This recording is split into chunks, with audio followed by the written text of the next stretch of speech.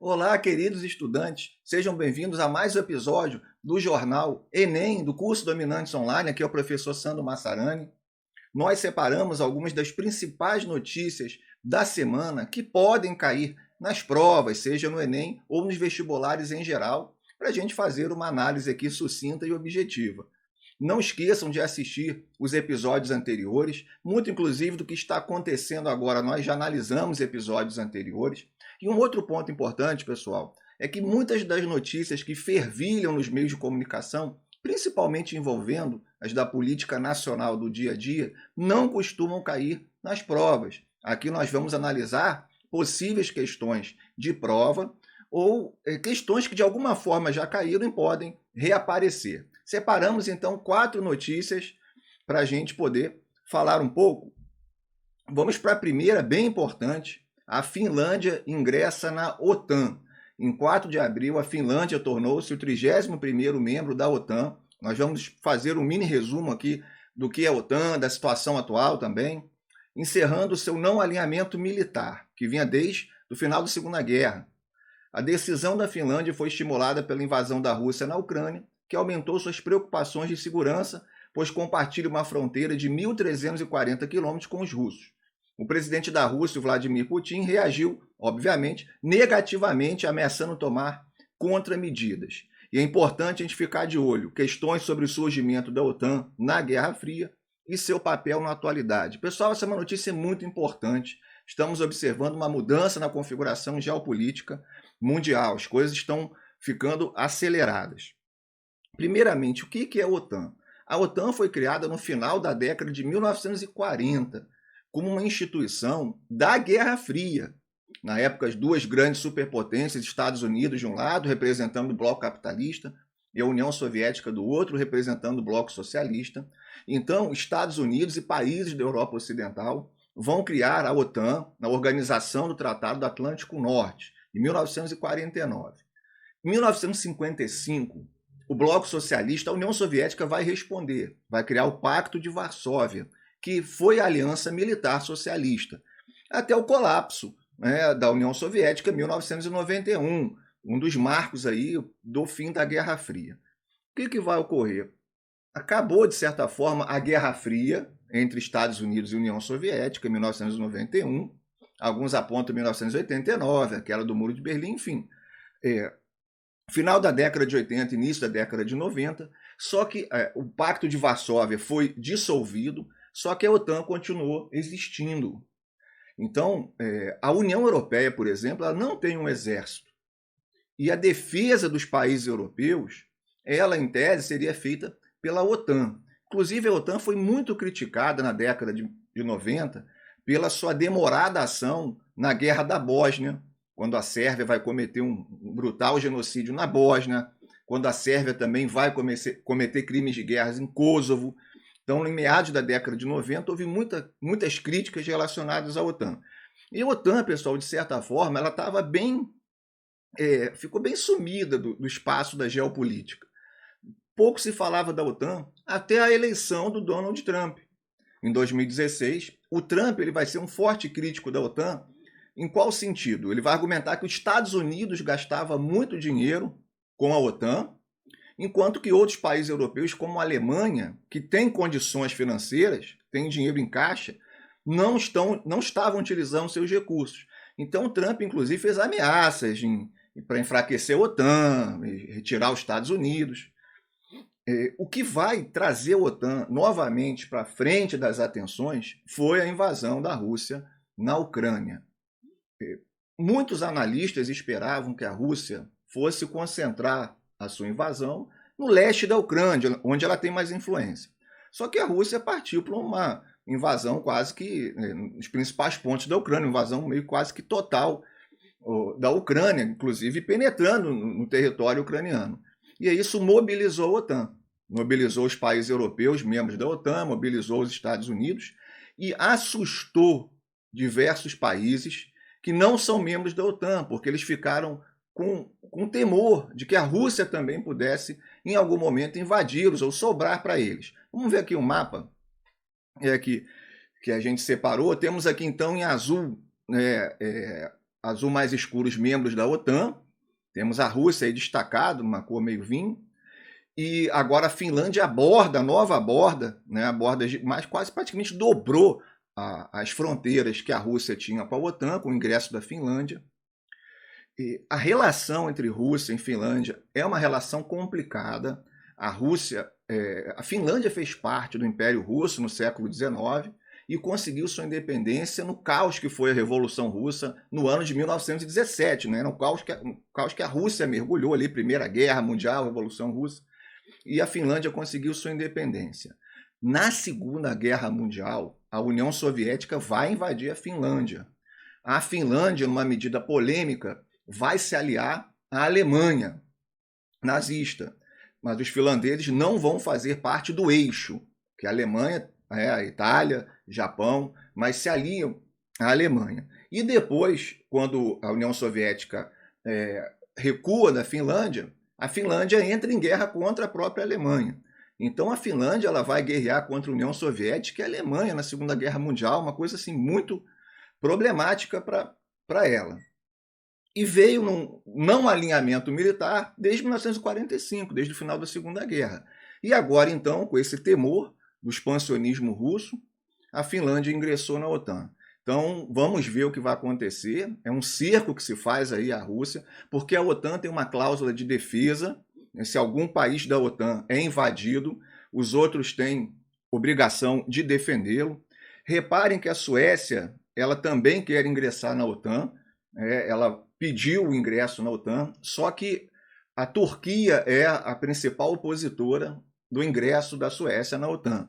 A Turquia diz que os suecos abrigam terroristas ou inimigos, né, do governo turco. A Hungria também faz alguma oposição à entrada da Suécia. Então vamos ver o que vai, os próximos passos, pois se a Suécia entrar, observe o mapa, né? Se a Suécia entrar na OTAN, boa parte da Europa vai estar dentro dessa organização. Então é uma notícia assim, bem importante para a gente analisar, vamos aguardar os rumos, e costuma cair, obviamente, nas provas, questões de Guerra Fria e cair questões da OTAN, já apareceu inclusive no Enem. Vamos ficar atentos. A segunda notícia, 50 anos da primeira ligação de celular.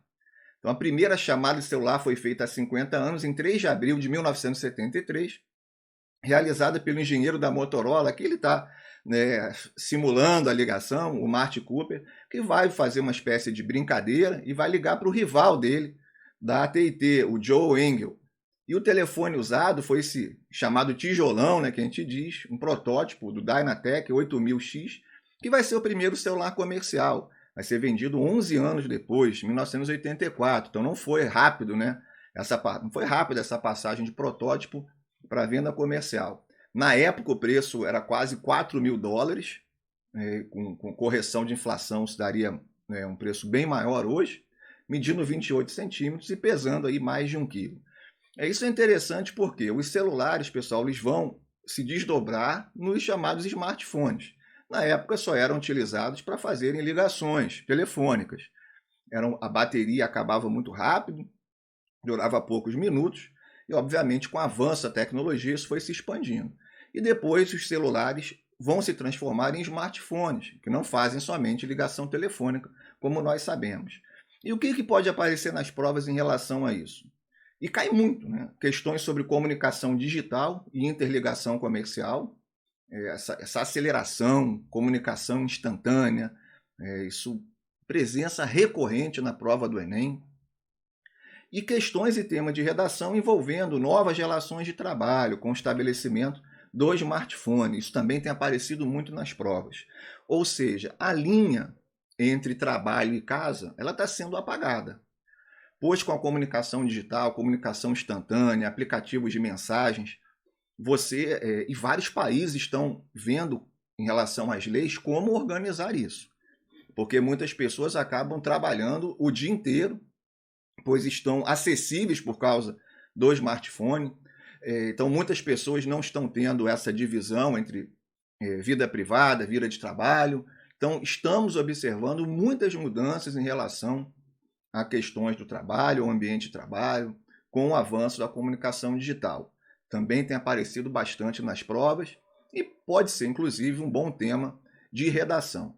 Então, essa é a nossa segunda notícia, 50 anos da primeira ligação de celular, que se desdobrou hoje nos smartphones. A terceira notícia, analisando o DNA de Beethoven, famoso compositor austríaco, um estudo muito recente, durou alguns anos, os resultados foram agora divulgados, foi feita a análise do DNA do Beethoven, usando 5 amostras de cabelo, na verdade inicialmente seriam 8, aí descobriram, vejam só, que 2 amostras de cabelo não eram dele, porque não tinham nenhuma semelhança com as outras, e uma amostra se desintegrou, se fragmentou, não deu para ser estudada. As outras 5 realmente bateram como sendo o DNA da mesma pessoa. E pelas cartas, era o Beethoven que, dessas amostras, o Beethoven que enviava a amostra de cabelo. Pessoal, essa análise de DNA, uma análise de DNA pode descobrir várias coisas importantes. Eu acho que a gente tem que ficar de olho nisso nas provas, uma questão até envolvendo mais ciências da natureza. Pois sempre houve curiosidade em saber as causas exatas da morte do Beethoven, os seus problemas de saúde. O Beethoven foi ficando gradualmente surdo e até perder completamente a audição. E acreditava, ele bebia muito, fazia muito uso de bebida alcoólica, todo dia, em grandes quantidades. O que esse estudo descobriu? Que o Beethoven tinha fatores de risco genético para doença hepática, problemas no fígado, e vestígios do vírus da hepatite B. Então, isso é importante, pois até acreditava-se que o Beethoven ele poderia ter tido algum problema com envenenamento por chumbo pelos recipientes, o uso da bebida, né, onde colocava. Só que era da amostra de cabelo que não pertencia a ele. Então, isso foi descartado. E aí, ao lado de evidências históricas desse intenso uso de bebidas, é provável que, então, que o músico realmente tenha morrido de insuficiência hepática aos 56 anos. Coisas assim, interessantes também é que não conseguiram analisar a questão da surdez, não teve avanço na informação em relação ao seu problema de surdez, o que poderia ter causado. E uma outra coisa, olhem só, foi descoberto que, pela análise de DNA, que o pai do Beethoven teve um caso fora do casamento e que muitos descendentes que acreditavam ser descendentes do Beethoven por parte de pai e por parte de mãe são somente por parte de pai. Então vejam só, né? Por isso que eu coloquei ali, fiquem de olho que uma análise de DNA pode revelar os seus usos, inclusive uso para questão criminal, investigação, etc., mas também para poder até prever doenças, fazer análise de doenças, de possibilidade de contrair, de adquirir, e questões de biologia envolvendo o tema. É um assunto, assim, um prato cheio para questões da ciência da natureza. Então, algumas coisas interessantes sendo aí descobertas com análise de DNA do famosíssimo Beethoven. E vamos para a nossa última notícia do episódio, que é a brutal onda de calor que está afetando a Índia, afetando o Paquistão, também partes de Bangladesh. A Índia ela acaba de registrar o fevereiro mais quente desde 1901 e a sua média de temperatura anual aumentou 0,7 graus Celsius entre 1900 e 2018. É um aumento significativo e em zonas urbanas a diferença chega a ser 2 graus maior do que nas zonas rurais, por exemplo. Então, é bem mais quente. Pessoal, a planície indo-gangética, que eu botei aqui no mapa, vamos dar uma olhada, parte dela, vamos comentar o gráfico também, é um dos lugares mais quentes, pobres e populosos do mundo. Tem quase 1 bilhão de pessoas na planície, que é a parte do norte da Índia. Pega ali a espinha do Paquistão, vai para o norte da Índia. Isso tudo não é a planície não, tá, pessoal? A planície pega o norte da Índia, parte do Paquistão e vai para o Bangladesh. É um dos lugares mais quentes, pobres e populosos do mundo. E vem sofrendo cada vez mais com brutais ondas de calor. Para a gente ter uma ideia, no sul da Ásia, nos últimos anos, morreram mais de 100 mil pessoas derivados, né, de problemas dessas ondas de calor, 100 mil pessoas em excesso do que, entre aspas, esperava-se que fossem morrer. Então, é um número muito significativo. E isso se dá por causa de mudanças climáticas, envolvendo o aquecimento global, Temos também locais muito pobres, onde não há muita circulação de ar, as construções muito concreto, tá? E aí isso acaba também intensificando. E muitas prefeituras, muitos governos locais estão tendo que tomar medidas drásticas, pedindo para as pessoas ficarem em casa, beberem muita água, porque isso, de certa forma, ameniza, né, quando a onda de calor está muito quente. Porque está chegando ao ponto, pessoal, das pessoas terem problemas seríssimos de transpiração, e aí começamos a ter problemas no cérebro, nos rins, no coração. Então, evapora imediatamente o suor, é algo assim muito, muito grave. O gráfico ele mostra a percepção de calor máxima que as pessoas estão tendo nos locais, numa pesquisa que vai entre 1980 e 2021. Reparem bem, quanto mais vermelho chega a percepção, chega aos 50 graus Celsius. A percepção de calor chega aos 50 graus Celsius nas regiões mais afetadas por essas bolhas, né, de umidade que acontecem, né, estão acontecendo nessas regiões. O que é para a gente ficar de olho? Obviamente, questões sobre o aquecimento global e impactos ambientais. Isso é obrigatório. Então, uma das questões, né, o Enem ele vai querer, por exemplo, tratar do aquecimento global. Ele pode pegar uma questão sobre derretimento das calotas polares, como também pode pegar uma questão sobre a intensificação das ondas de calor. Então, o Enem ele tem, vamos dizer assim, entre aspas, um cardápio de vários problemas ambientais intensificados pelo aquecimento global, e ele pode escolher. Então, a onda de calor é uma possível questão do Enem, com certeza. E as consequências biológicas, como comentamos, né? Problemas seríssimos para a gente fazer a troca de calor. E uma das...